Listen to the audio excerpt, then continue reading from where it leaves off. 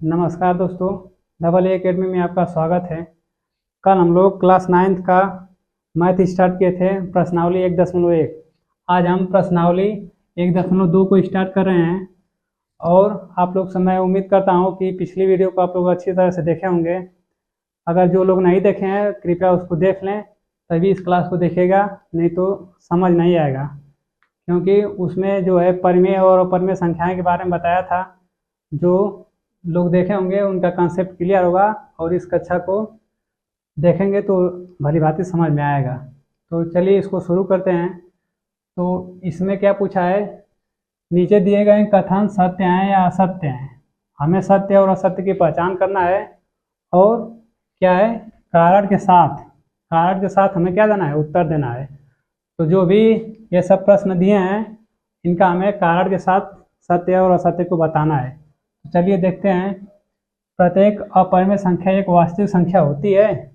तो वास्तविक संख्या है, तो वास्तविक संख्या क्या होती है, चलिए देखते हैं।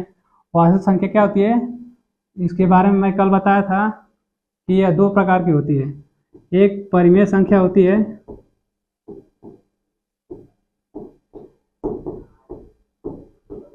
और एक अपरिमेय संख्या।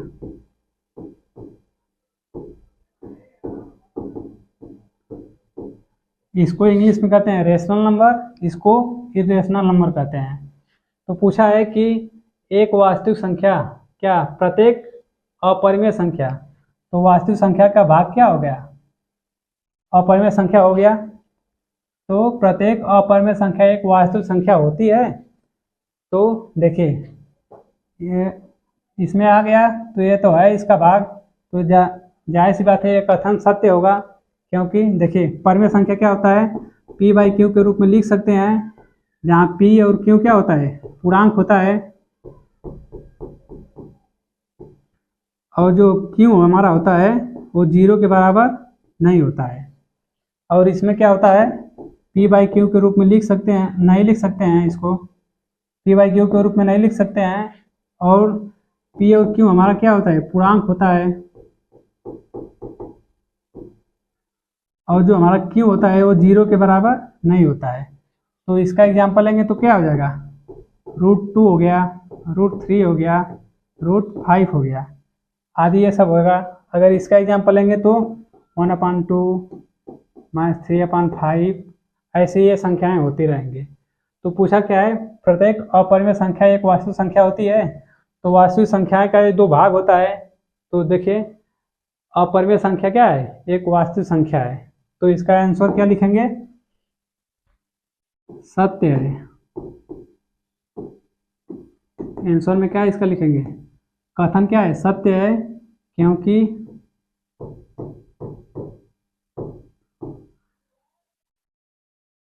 क्योंकि प्रत्येक अपरिमेय संख्या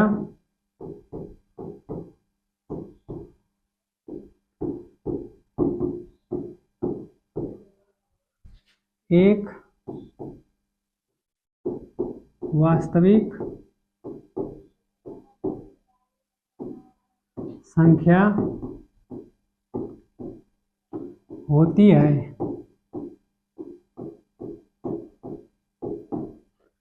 अपरिमेय संख्या का एग्जाम्पल लेंगे तो क्या हो जाएगा, √2 हो गया, √3 हो गया, √5 हो गया, ये सब क्या होगा, अपरिमेय संख्या हो गया। तो आई होप इसको आप लोग समझे होंगे। अब अगला प्रश्न देखते हैं। अब पूछा है संख्या रेखा का प्रत्येक बिंदु √m के रूप का होता है, जहाँ m एक प्राकृतिक संख्या है। तो प्राकृतिक संख्या के बारे में क्या बताया था, प्राकृतिक संख्या देखिए, प्राकृतिक संख्या क्या होती है, जो 1 से शुरू होती है और कहाँ तक जाती है, अनंत तक जाती है। तो ये सभी क्या होती हैं, प्राकृतिक संख्याएं होती हैं। तो इसमें क्या पूछा है, संख्या रेखा का प्रत्येक बिंदु √m के रूप का होता है, जहाँ m एक प्राकृतिक संख्या है। तो ये इसका क्या आंसर लिखेंगे, असत्य है।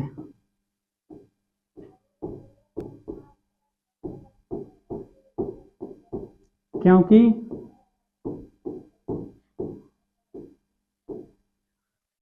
क्योंकि √2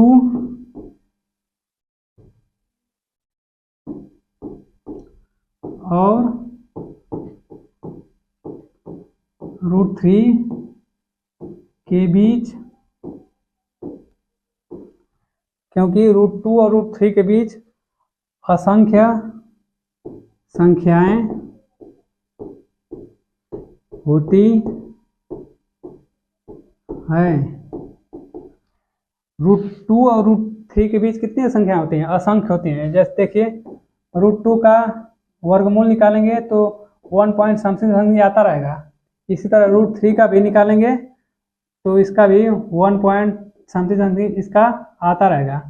तो ये क्या है? इसमें असंख्य संख्याएं होती हैं। तो इसमें हमें कहा था कि संख्या रेखा का प्रत्येक बिंदु √m के रूप का होता है, जहाँ m एक प्राकृतिक संख्या है। तो ये कथन क्या है? हमारा असत्य है, क्योंकि इसमें असंख्य संख्याएं मिलती रहती हैं हमें। जैसे √2 और √3 के बीच में हम देखेंगे तो 1 पॉइंट कुछ आता रहेगा, फिर 3 का देखेंगे तो 1 पॉइंट उससे आगे थोड़ा सा बढ़ता रहेगा। तो इसमें हमारा क्या है? असंख्य संख्याएं होती हैं जो कि √m के रूप का नहीं होती हैं। यहाँ क्या लिखेंगे? जो कि √m के रूप का नहीं होती है। तो मैं उम्मीद कर रहा हूँ कि ये भी आपको समझ में आया होगा।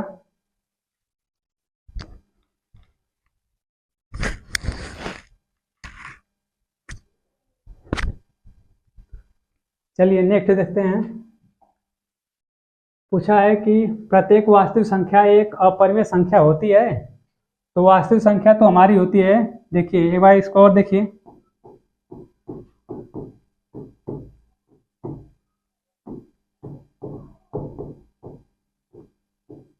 वास्तविक संख्या में क्या होती है? हमारी परिमेय संख्या होती है और अपरिमेय संख्या होती है।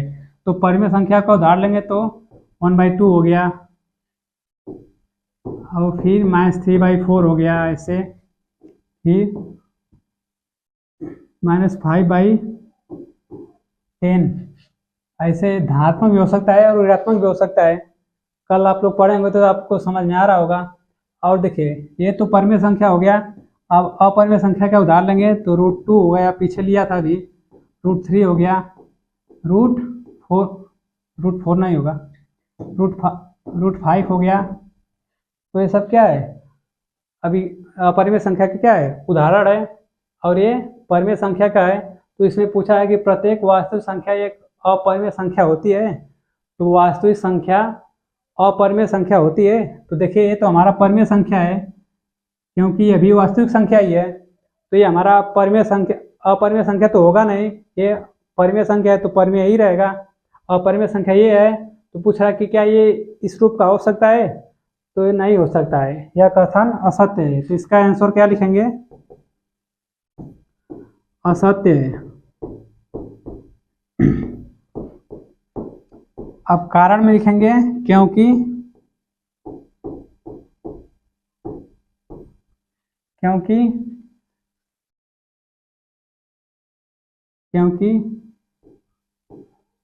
अपरिमेय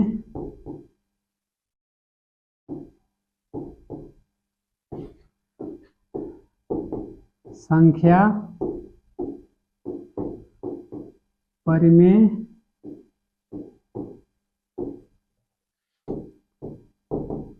संख्या नहीं हो सकती है। क्योंकि अपरिमेय संख्या परिमेय संख्या नहीं हो सकती है।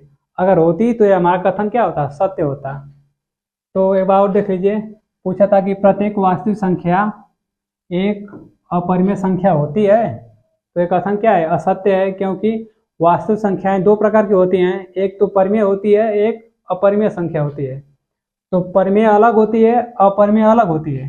तो इसलिए दोनों एक साथ नहीं, एक सेम नहीं हो सकता है। ये दोनों में क्या है? बहुत डिफरेंस है। तो इसलिए कथन क्या हो जाएगा? असत्य हो जाएगा, क्योंकि अपरिमेय संख्या परिमेय संख्या नहीं बन सकती है। तो चलिए अब अगला देखते हैं क्या कहा है।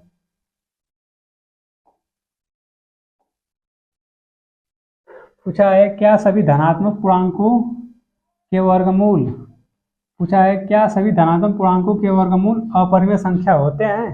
तो धनात्मक पूर्णांक क्या है? पूर्णांक मैं बताया था आप लोग को, पहले पूर्णांक देखिए। पूर्णांक क्या होता था? माइनस अनंत से लेकर क्या होता था? प्लस अनंत तक होता था। इन सबों के बीच में जितनी भी संख्याएं थी वो सब क्या था? पूर्णांक था। और इसमें क्या था? एक जीरो भी था। तो देखिए जैसे मान लीजिए पूर्णांक में ले लीजिए -4 है, -3 है, -2 है, -1, 0, 1, 2, 3, 4, ये सब क्या है? हमारा पूर्णांक है। तो पूछा है क्या सभी धनात्मक पूर्णांकों, तो धनात्मक पूर्णांक बोला है तो हम लोग यहाँ से लेंगे। ये सब क्या है? हमारा धनात्मक पूर्णांक है। तो धनात्मक पूर्णांक के वर्गमूल पूछा है, तो मान लीजिए इसका, इसमें से किसी का वर्गमूल लेंगे तो एक ऐसी संख्या के वर्गमूल का उदाहरण दीजिए जो एक परिमेय संख्या है। तो हमें इसी में से एक ऐसी संख्या लेना है जो परिमेय संख्या होना चाहिए, ना कि परिमेय संख्या होना चाहिए। देखिए जैसे मान लिया हम इसको 4 को उठा रहे हैं, तो इसका क्या है? वर्गमूल लेना है। 4 का वर्गमूल कितना आ जाएगा? 2 हो जाएगा। 2 हमारा क्या है? 2 एक हमारा परिमेय संख्या है।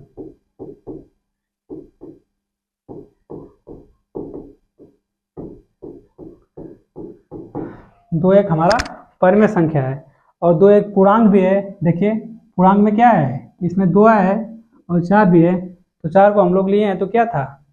4 का वर्गमूल है 2 है और 2 हमारा एक क्या हो गया? परिमेय संख्या हो गया। तो हमारा पूछा था क्या कि क्या सभी धनात्मक पूर्णांकों के वर्गमूल अपरिमेय होते हैं? अपरिमेय होते हैं। यदि नहीं तो एक ऐसी संख्या के वर्गमूल का उदाहरण दीजिए जो एक परिमेय संख्या है। तो ये हमारा कथन असत्य हो गया ना, क्योंकि यहाँ पूछा है कि अपरिमेय होते हैं, तो अपरिमेय तो नहीं हुआ। 4 को हम लिए हैं तो क्या है? यह एक परिमेय संख्या मिला है, यह अपरिमेय नहीं हुआ है। तो ये क्या हो गया? हमारा कथन असत्य होगा। तो इसका आंसर कैसे लिखेंगे? देखिए यह कथन क्या है? असत्य है। अब कारण में हमें एग्जाम्पल लेना होगा, तो क्योंकि कारण लीजिए, क्योंकि √4 एक √4 क्या है? देखिए पीछे क्या कहा था कि ऐसी संख्या के वर्गमूल का उदाहरण दीजिए जो एक परिमेय संख्या है। क्योंकि √4 क्या है? हमारा एक परिमेय संख्या है।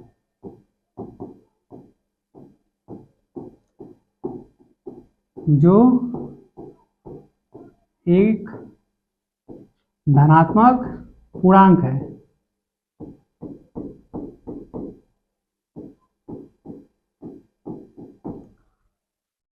आई होप कि आप लोग समझेंगे। एक बार और देखिए इसको क्या कहा है कि सभी धनात्मक पूर्णांकों के वर्गमूल अपरिमेय होते हैं।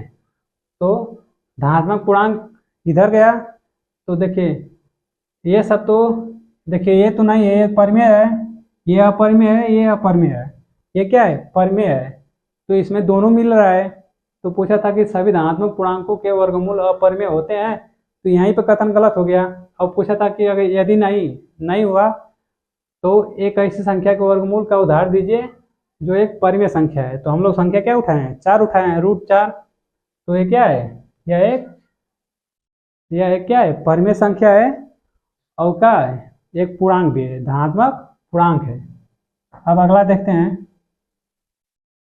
दिखाइए कि संख्या रेखा पर √5 को किस प्रकार निरूपित किया जाता है।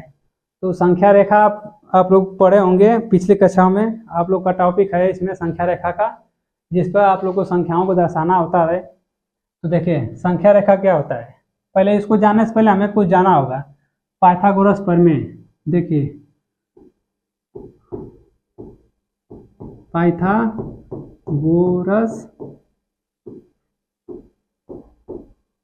प्रमेय। पाइथागोरस प्रमेय क्या होता है? आप लोग जानते होंगे फार्मूला, कर्ण का स्क्वायर बराबर लंब का स्क्वायर प्लस आधार का स्क्वायर, आधार का स्क्वायर, ये हमारा क्या होता है, कर्ण का लंब का फार्मूला, पाइथागोरस प्रमेय होता है। पाइथागोरस प्रमेय का फार्मूला क्या हो गया, कर्ण का स्क्वायर बराबर लंब का स्क्वायर प्लस आधार का स्क्वायर। चलिए हम लोग इसको अब संख्या रेखा पर दर्शाते हैं। तो देखिए हमारा क्या था, √5 था, इसको एक संख्या रेखा पर दर्शाते हैं। देखिए √5 है, तो इसको सेम खंडों में तोड़ देते हैं। आप लोग अपने पटरी और प्रकार की सहायता से करेंगे तो अच्छा समझ में आएगा। इसको मान लीजिए हम 4 खंड में तोड़ लिए, 3 खंड में। देखिए ये 0 हो गया, ये 1 हो गया, ये हमारा 2 होगा, ये हमारा 3 होगा। तो देखिए सबसे पहले √5 का मान कितना होता है, ये देखिए इसका मान होता है 2.246, इसका मान समथिंग ऐसे कुछ होता है। तो 2.2 मान लीजिए, आप लोग 2.2 मान लीजिए या 2.4 मान लीजिए, ऐसे जाता रहेगा। तो कहाँ आएगा, 2.24 यहाँ के करीब आना चाहिए हमें। तो ये हम लोग संख्या रेखा पर आइए देखते हैं कैसे जाएगा वहाँ पर।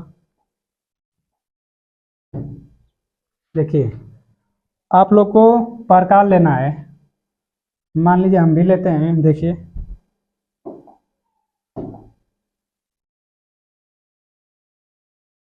ये जो हम लोग प्रकार लिए हैं इसको फैलाएंगे, फैलाएंगे तो देखिए इस दूरी का यहाँ पर एक 90 डिग्री का हम लोग क्या, यहाँ पर एक चाप मारेंगे, ऐसे चाप मारेंगे, इसको यहाँ पर रखेंगे और इस दूरी का सेम नाप लेंगे यहाँ पर, फिर इसको यहाँ पर एक चाप लगाएंगे और जो हमारा 90 डिग्री का होगा चांदा भी ले लेंगे, तो हमारा ये 90 डिग्री का बनना चाहिए।